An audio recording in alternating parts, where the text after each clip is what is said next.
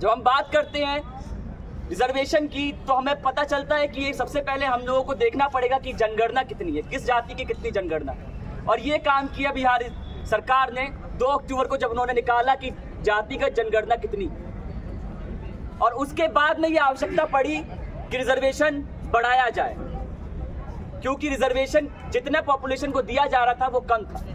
सामाजिक न्याय की लड़ाई कोई आज की लड़ाई नहीं है, आपके पूर्वजों ने लड़ी। सामाजिक न्याय की लड़ाई आदरणीय छत्रपति साहू जी महाराज से लेके बिरसा मुंडा से लेके बाबा साहब अम्बेडकर साहब से लेके और मंडल साहब तक, कर्पूरी ठाकुर ने, सब ने इस लड़ाई को लड़ा, सब ने अपनी जान गंवाई है। जगदेव प्रसाद कुशवाहा को सरेआम रोड पर मारा गया इसी लड़ाई के लिए, क्योंकि उनका नारा था कि 100 में 90 शोषित है, 90 भाग हमारा है। और बिहार सरकार ने पूरे भारत देश को एक रास्ता दिखाया है। आज बिहार विधानसभा में 75% आरक्षण बिल को पास करके दिखाया है। साथियों, इतने बड़े अवसर पे हम सभी छात्र यहाँ जो खास करके सामाजिक न्याय में, सबकी बराबरी में, समता में और पूंजीवाद के खिलाफ विश्वास रखते हैं, उन सबको यहाँ इकट्ठा होने का एक मौका दिया है बिहार सरकार ने।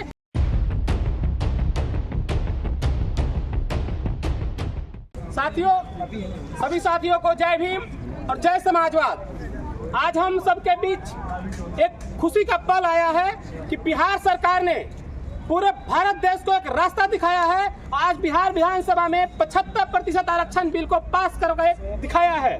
साथियों, इतने बड़े अवसर पे हम सभी छात्र यहाँ जो खास करके सामाजिक न्याय में, सबकी बराबरी में, समता में और पूंजीवाद के खिलाफ विश्वास रखते हैं, उन सबको यहाँ इकट्ठा होने का एक मौका दिया है बिहार सरकार ने। इसके लिए सबसे पहले तो है बिहार सरकार और बिहार सरकार के माननीय मुख्यमंत्री श्री नीतीश कुमार जी और माननीय उप मुख्यमंत्री श्री तेजस्वी यादव जी का, दोनों का धन्यवाद देना चाहूंगा। और साथियों, इनके साथ साथ इन दोनों के जो मेंटर हमारे आदरणीय लालू यादव जी हैं, जिन्होंने सामाजिक न्याय की लड़ाई हमेशा जिंदा रखी और एक बार सत्ता में जब आया इस बार, तो उन्होंने 75% आरक्षण बिल को पास किया और पास करके पूरे देश को एक मैसेज दिया है और देश के बहुजनों को बताया है कि आप एक होइए, इस बार सत्ता में परिवर्तन कीजिए और अपने अधिकार को, अपने हक की लड़ाई को बुलंद कीजिए। साथियों, जो लड़ाई है सामाजिक न्याय की लड़ाई कोई आज की लड़ाई नहीं है, आपके पूर्वजों ने लड़ी। सामाजिक न्याय की लड़ाई आदरणीय छत्रपति साहू जी महाराज से लेके बिरसा मुंडा से लेके बाबा साहब अम्बेडकर साहब से लेके और मंडल साहब तक, कर्पूरी ठाकुर ने, सब ने इस लड़ाई को लड़ा, सब ने अपनी जान गंवाई है। जगदेव प्रसाद कुशवाहा को सरेआम रोड पर मारा गया इसी लड़ाई के लिए, क्योंकि उनका नारा था कि 100 में 90 शोषित है, 90 भाग हमारा है। और जो 90 भाग हमारा है, ये भाग आपका लिखित है, फिक्स्ड है। जैसे सबका हिस्सा होता है भाइयों में, वैसे भी इस देश में हम भी सबके भाई हैं और हमारा हिस्सा भी फिक्स्ड है और इस हिस्सा को लेकर रहेंगे। साथियों, जो सामाजिक न्याय की लड़ाई है, इसको लड़ने के लिए आपको एकत्रित रहना होगा, आपको एकजुट होना होगा, सामाजिक न्याय की परिभाषा को समझना होगा।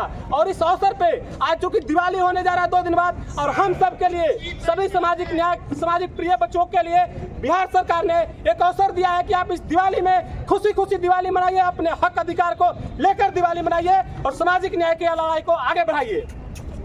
साथियों, इतने शॉर्ट नोटिस पे हम लोगों ने तैयारी करी, क्योंकि जब हमें पता चला कि बिहार सरकार ने इस विधेयक को पास करा दिया और विधायक सरकार सर्वसम्मति से बिहार में सारे लोगों को रोजगार के साथ साथ सामाजिक न्याय को ध्यान में रखकर रोजगार दे रही है, तो ये हमारे लिए आह्लादित होने का समय है, खुश होने का समय है और इस खुशी के मूवमेंट को सेलिब्रेट करने का समय है। और इसी अवसर पे हम सब यहाँ इकट्ठे हुए हैं।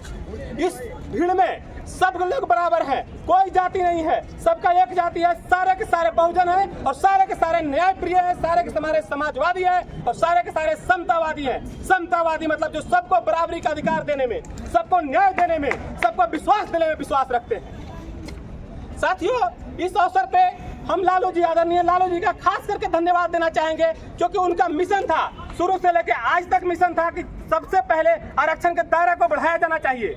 इसके लीगल कंसेप्ट में अगर आप देखेंगे साथियों, तो इंदिरा साहनी का जजमेंट के माध्यम से 1990 में जब आरक्षण लागू हुआ तो इंदिरा साहनी के जजमेंट के माध्यम से लगातार भेदभाव होता रहा, लेकिन ईडब्ल्यूएस आरक्षण को बिना किसी कमेटी के रिपोर्ट के, बिना किसी रिपोर्ट के आधार पे, बिना कोई डाटा के पास करा दिया जाता है। लेकिन उसमें इंदिरा साहनी का जजमेंट कोई उसका एलिगेशंस नहीं उठाता है। तो सुप्रीम कोर्ट के भेदभाव को, जो हमेशा इस बात को कहता था कि आप कोई आरक्षण लागू कर रहे हैं उसका आधार होना चाहिए, उसकी आपकी पीछे बैकग्राउंड होना चाहिए, तो बिहार सरकार का शुक्रगुजार है कि बिहार सरकार ने सबसे पहले उस देश में बिहार राज्य में जातीय जनगणना करी और जातीय जनगणना पे एक रिपोर्ट तैयार करी। उस रिपोर्ट में बताया कि कौन कितने अमीर है, कौन कितने गरीब है। लोग कहते हैं कि अमीरी का संबंध जाति से नहीं होता है, लेकिन अमीरी का संबंध भारत देश में जाति से होता है, क्योंकि डाटा में देख सकते हैं आप कि जो पिछड़ी जातियां हैं वो ज्यादा गरीब हैं, जो जितना ज्यादा पिछड़ी जातियां वो ज्यादा ही गरीब हैं, और जो स्वर्ण जातियां हैं उनमें गरीबी है, उसको इनकार नहीं कर सकते, लेकिन उनकी संख्या अगर 10 है तो बाकी पिछड़ी जातियों के गरीबों की संख्या 90 है। तो 90 को 10 से तुलना नहीं किया जा सकता, और सबकी लड़ाई, सबको न्याय देने की लड़ाई तभी संभव हो सकेगी जब आरक्षण के दायरे को बढ़ाया जाएगा। और बिहार सरकार ने पहली बार आरक्षण के दायरे को बढ़ाने का प्रयास किया है, और अभी एक प्रॉपर लीगल तरीके से, जिसमें मुझे पूरा विश्वास है कि विरोधी लोग जो होंगे वो हाई कोर्ट जाएंगे, वो सुप्रीम कोर्ट जाएंगे, लेकिन इस बार न सुप्रीम कोर्ट का डंका चलेगा और न हाई कोर्ट का चलेगा चालाकी, क्योंकि बिहार सरकार ने उससे पहले पूरी तैयारी करी और जातीय जनगणना करा के ये समाज को, ये पूरे देश को और सुप्रीम कोर्ट के दिखाया कि जो हम डाटा लागू करने जा रहे हैं, जो आरक्षण लागू करने जा रहे हैं, उसके लिए हमारे पास वैलिड पॉइंट है और इंदिरा साहनी के जजमेंट का वायलेशन भी नहीं होगा। और जिस तरीके से ईडब्ल्यूएस आरक्षण के थ्रू इकोनॉमिकली वीकर सेक्शन को आरक्षण दिया गया, उसी तरीके से देश के बहुजनों को 90% लोगों को उनके अधिकार की लड़ाई देने के लिए आज बिहार सरकार ने बिहार विधानसभा में 65% और 10% ईडब्ल्यूएस टोटल मिला के 75% आरक्षण पास किया है। और इस आरक्षण का और इस मूवमेंट का, इस विधेयक का, इस बिल का और इस एक्ट का हम पूर्णतः समर्थन करते हैं और सहयोग करते हैं और इसके सपोर्ट में नारे लगाते हैं। तो आप सब हमारे साथ मिलकर बोलेंगे कि जिसकी जितनी संख्या भारी उसकी उतनी हिस्सेदारी, जिसकी जितनी संख्या भारी उसकी उतनी हिस्सेदारी। सामाजिक न्याय जिंदाबाद, जिंदाबाद जिंदाबाद, सामाजिक न्याय जिंदाबाद, जिंदाबाद जिंदाबाद। साथियों,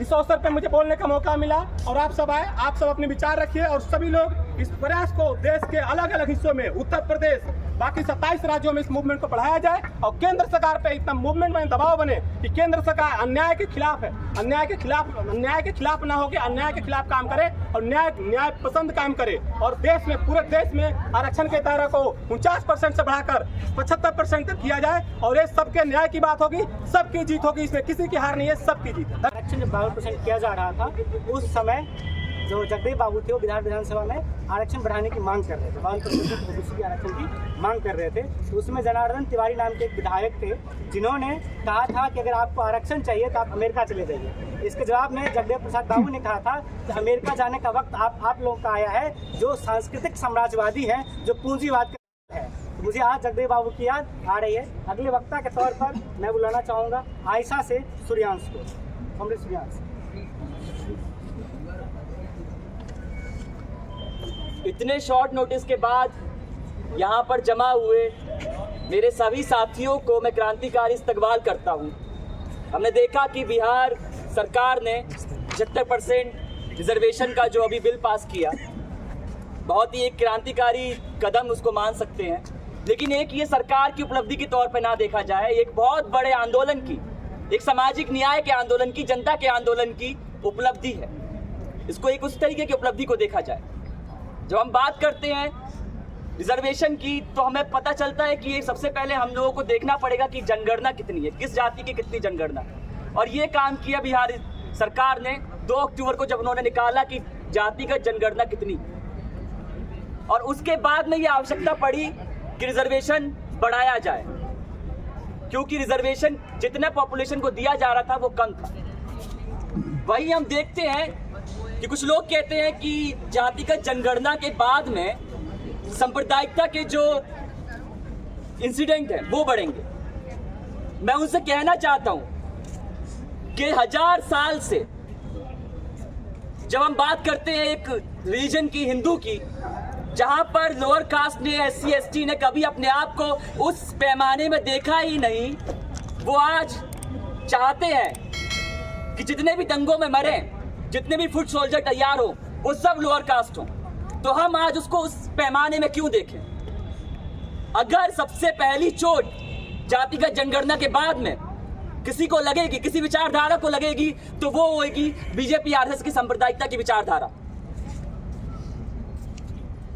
जिस तरह बीजेपी RSS का जो यूपी में सरकार है, हम देखते हैं कि जब कास्ट सेंसस की बात चल रही थी तो वहां गायों के सेंसस की बात चल रही थी। हम यहां से देखते हैं कि उनका इंटरेस्ट बहुत सेट है कि उनको सामाजिक न्याय की बात करनी ही नहीं है। उनके लिए एक गाय की कीमत एक इंसान से ज्यादा है। और जब भी हम सामाजिक न्याय की बात करते हैं तो सबसे पहले हमें याद आता है लैंड रिफॉर्म का। हम देखते हैं कि आज लोअर कास्ट है, आज गरीब लोग हैं, आज लोअर कास्ट है, SC ST है हमारे देश में अभी भी। वो क्यों है? संसाधनों की कमी से। संसाधन का जब हम बात करेंगे तो सबसे पहले हमारे दिमाग में आएगा जमीन की बात, और जब हम सामाजिक न्याय की बात करेंगे तब भी हमारे दिमाग में सबसे पहले आएगा जमीन की बात। तो हम यहां से, इस जगह से ये भी मांग करते हैं कि आने वाले समय में लैंड रिफॉर्म भी आया जाए, बड़े पैमाने पर उसको लागू किया जाए, क्योंकि जब तक रिसोर्सेज SC STs को, लोअर कास्ट को नहीं मिलेंगे तब तक वो उस पैमाने पे आ ही नहीं पाएगा, तब तक वो बराबर हो ही नहीं पाएगा। इसी के साथ मैं आयशा की तरफ से ये डिमांड करता हूं कि आने वाले समय में देश भर में जातिगत जनगणना हो और उसके बाद में रिजर्वेशन को उस पैमाने पर सेट किया जाए जितना पॉपुलेशन है, जिसकी भागीदारी उसका उतना, जिसकी जितनी संख्या भारी उसकी उतनी भागीदारी। और दूसरी बात लैंड रिफॉर्म की भी, कि उसको भी लागू किया जाए। इसके साथ सभी को जय भीम, लाल सलाम।